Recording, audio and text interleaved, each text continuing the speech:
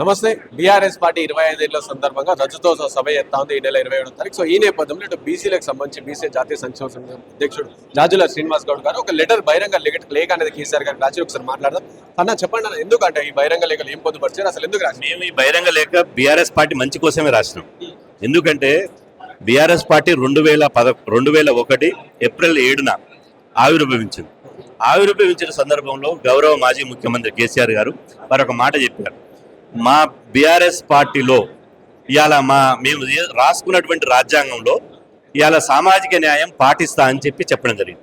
కాబట్టి 25 ఏళ్ళు కంప్లీట్ చేసుకున్నారు కాబట్టి ఈ సామాజిక న్యాయాన్ని అమలు చేయాలి అని ఈ లేఖ ద్వారా మేము గుర్తు చేస్తున్నాం కేసీఆర్ గారికి. అయ్యా, మీరు 25 ఏళ్ల సందర్భంగా పార్టీకి పెట్టినందుకు మీకు శుభాకాంక్షలు, అభినందనలు. కానీ ఇదే సమయంలో మీ పార్టీ రాజ్యాంగంలో రాసుకున్నటువంటి సామాజిక న్యాయాన్ని అమలు చేయండి. సామాజిక న్యాయం అంటే ఒక కులము, ఒక కుటుంబం పరిపాలించడం కాదు, మెజార్టీ ప్రజలకు రాజకీయ అధికారాన్ని కల్పించడం. ఇవాళ మీ పార్టీ 25 ఏళ్ళుగా 12 సార్లు పార్టీ అధ్యక్ష ఎన్నికలు జరిగినాయి. 12 సార్లు కేసీఆర్ అధ్యక్షుడు అయ్యాడు. 2 సార్లు ముఖ్యమంత్రి అయ్యే అవకాశం వచ్చింది. 2 సార్లు కేసీఆర్ ముఖ్యమంత్రి అయ్యాడు. ఒకసారి ఫ్లోర్ లీడర్ అయ్యే అవకాశం వచ్చింది. ఫ్లోర్ లీడర్ కూడా కేసీఆర్ అయ్యాడు. అంటే మీకు, మీ కుటుంబానికి 1% లేనటువంటి వాళ్లకు మొత్తం పదవులు మీకుంటే 90% ఉన్న బీసీ, ఎస్సీ, ఎస్టీ సమాజం పరిస్థితి ఏంది? అంటే మీకు జెండాలు మొయ్యాలి, మీకు జిందాబాదులు కొట్టాలి, మీ పార్టీ సభ్యత్వం తీసుకోవాలి, మీకు రాజకీయ ఊడిగం చేయాలి తప్ప రాజకీయ అధికారంలోకి వచ్చేటువంటి అర్హత బీసీలకు లేదా?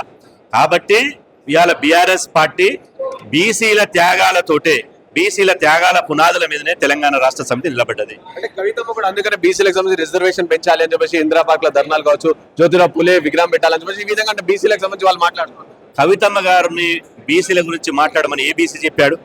మాకు లేదా? బీసీల గురించి మేము మాట్లాడలేమా?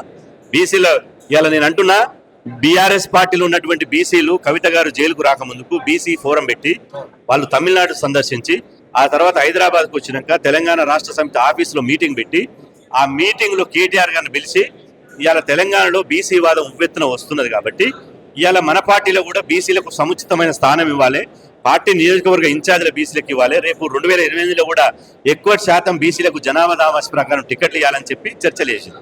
కానీ ఇది ఎక్కడికో పోతుంది, చివరికి కేసీఆర్నే ముఖ్యమంత్రి వద్దు, బీసీ ముఖ్యమంత్రి అనే దానికి పోతుందని చెప్పి కవిత గారు, కేసీఆర్ కుటుంబం అందరు కలుసుకొని మాట్లాడుకొని డైవర్స్ పాలిటిక్స్ లో భాగంగా ఈ వాదాన్ని బలహీనపరచడానికి, టీఆర్ఎస్ లో వస్తున్నటువంటి బీసీల తిరుగుబాటును అణచివేయడానికే బీసీ వాదం ఎత్తుకుంది తప్ప బీసీల మీద చిత్తశుద్ధితోటి కాదు. నేను అంటున్నా, బీసీల మీద చిత్తశుద్ధితో ఉంటే 10 ఏళ్ళు ఏం చేసావు? 10 సంవత్సరాల కాలం పూలే విగ్రహం ఎందుకు మీ నాన్నగారితో మాట్లాడి పెట్టియలే? ఇవాళ బీసీలకు స్థానిక సంస్థల ఎన్నికల్లో 50% రిజర్వేషన్ తగ్గిస్తున్నప్పుడు మీ నాన్నగారిని ఎందుకు అడగలే? బీసీ మంత్రి అయినటువంటి ఈటల రాజేందర్ను బర్తరఫ్ చేస్తున్నప్పుడు ఎందుకు మీ నాన్నగారిని అడగలే? ఆ 10 ఏళ్ళు మౌనంగా ఉన్నటువంటి కవిత గారు ఇప్పుడు ఎందుకు మాట్లాడుతున్నది అంటే బీసీలలో వస్తున్నటువంటి బలమైన నాయకత్వాన్ని అణిచివేయాలి, ఎప్పటికప్పుడు దీన్ని బలహీనపరచాలి, బీసీ వాదాన్ని సైడ్ ట్రాక్ చేయాలి, బీసీ వాదం మళ్ళీ బలపడకుండా చేయాలనే కుట్రలో భాగంగానే ఆ మాట్లాడిన తప్ప ఇలాంటి బీసీల మీద చిత్తశుద్ధి లేదనడానికి ఇవన్నీ నిదర్శనం అని చెప్పి చెప్తున్నారు. అంటే మీరు లెటర్ కూడా రాసి ఇంకోటి బీసీలు కావచ్చు, ఎస్సీలు కావచ్చు, ఎస్టీలు కావచ్చు, ఎవరైనా సరే అధ్యక్ష పదవిని కేటాయించడం అని చెప్పి చెప్తున్నారు. కానీ గతంలో కేసీఆర్ చూసుకుంటే ఇటు ఎస్సీ ముఖ్యమంత్రిని చేస్తాం, దళిత ముఖ్యమంత్రిని చేస్తాం మాట తప్పిన పరిస్థితి. అలాంటిది మళ్ళీ ఇప్పుడు ఒకవేళ చెప్తే కూడా మళ్ళీ చేస్తారని అనుకుంటున్నాను. ఇప్పుడు ఈ దళితును ముఖ్యమంత్రిని చేస్తా అని చెప్పాడు. తెలంగాణ వచ్చింది కాబట్టి తెలంగాణ వచ్చిన కొత్తలో దళిత ముఖ్యమంత్రి కాదు నన్నే ఉండమంటున్నారు. ఇప్పుడు నిన్ను ఎవరు ఉండమంటలేరు కదా. ఇప్పుడు మేము ఎందుకు ఈ డిమాండ్ చేస్తున్నామంటే కేసీఆర్ ముఖ్యమంత్రి అంటే ఎవరు ఓటేయరు. ఎందుకంటే 1% ఉన్న ఆయన ఎన్నిసార్లు ముఖ్యమంత్రి అవుతాడు? మేము బీసీ, ఎస్సీ, ఎస్టీలం అంతా ఇట్లనే ఉండాలనా? కాబట్టి మీరు బీసీనో, ఎస్సీనో, ఎస్టీనో ముఖ్యమంత్రి అంటే మళ్ళీ బీసీ, ఎస్సీ, ఎస్టీ సమాజం నమ్మి మీ కారుగుర్తు మీద ఓటేసినటువంటి అవసరం ఉంటుంది. నేను అంటున్నా, మీరు జనజీవన స్రవంతిలోకి వస్తే అర్థమవుతుంది. మీరు ఎక్కడనో ఫామ్ హౌస్లో ఉండి అడవిలో ఉంటే ఏం అర్థమవుతుంది? కాబట్టి అన్నిటినీ దృష్టిలో పెట్టుకుని ఇప్పటికైనా కూడా మేము చెప్పేటువంటి విషయాలను పాజిటివ్ కోణంలో తీసుకోవాలి.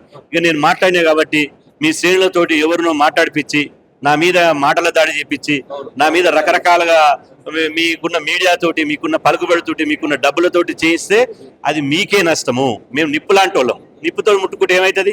నిప్పుతో చెలగాటం అయితే ఏమవుతుంది? మేము మీ మంచి గురించే లేఖ రాసామని చెప్తున్నా.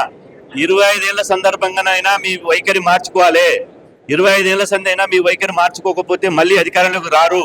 మీరు మరోసారి అధికారం రావాలని మేము అనుకుంటున్నాం. కాబట్టి మీరు సామాజిక న్యాయ ఎజెండాను అమలు చేయండి. ఆ ఎజెండా అమలు చేస్తామని చెప్పి ఆడ ప్రకటించండి. ఏదో వాణ్ణి తిడితే విని తిడితే వచ్చేటువంటి పరిస్థితి లేదు. తిట్టి నీ మాటలు గారడ విద్య విని విసుకుపోయింది తెలంగాణ సమాజం.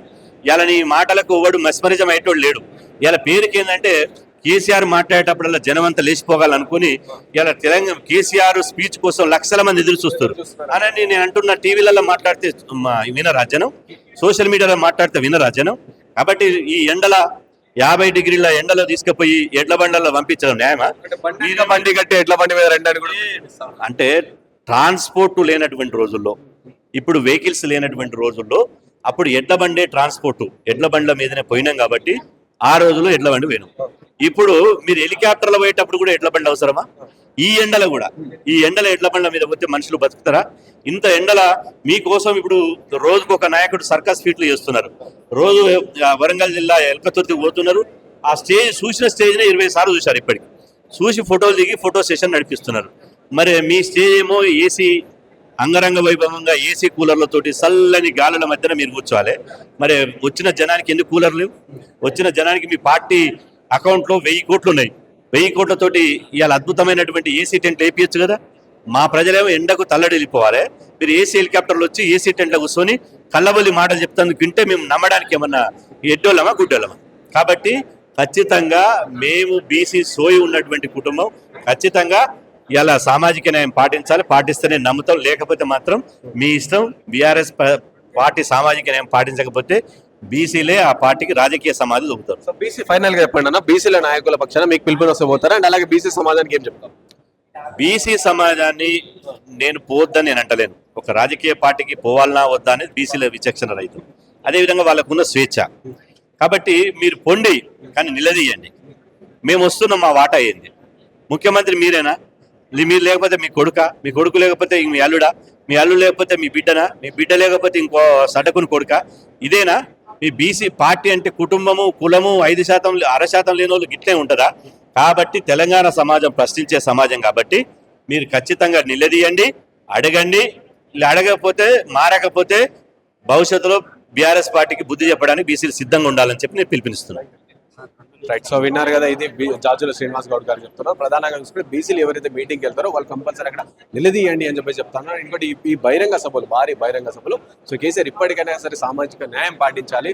అలాగే బీసీకి కానీ ఎస్సీ కానీ ఎవరికైనా సరే వర్కింగ్ ప్రెసిడెంట్ పదవికి కేటాయిస్తాం కావచ్చు, లేకుంటే నెక్స్ట్ అధ్యక్ష పదవిని కేటాయిస్తాం కావచ్చు, లేకుంటే నెక్స్ట్ సీఎం చేస్తామని చెప్పి పిలుపుని ఇవ్వాలి అని చెప్పేసి కూడా జాజుల శ్రీనివాస్ గౌడ్ డిమాండ్ చేస్తున్నాం.